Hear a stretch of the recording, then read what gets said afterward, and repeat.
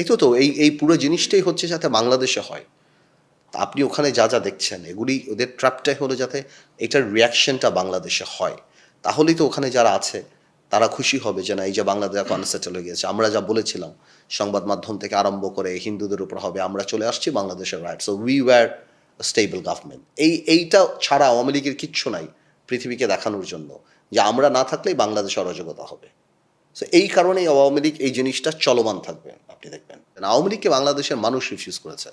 দেখেন আমাদের এখানকার যতই যা থাকুক, আমাদের ডিসএগ্রিমেন্ট, আমাদের নিজেদের মধ্যে, আমরা যখন শুনবো আওয়ামী লীগের কথা সারা বাংলাদেশ এক হয়ে যাবে।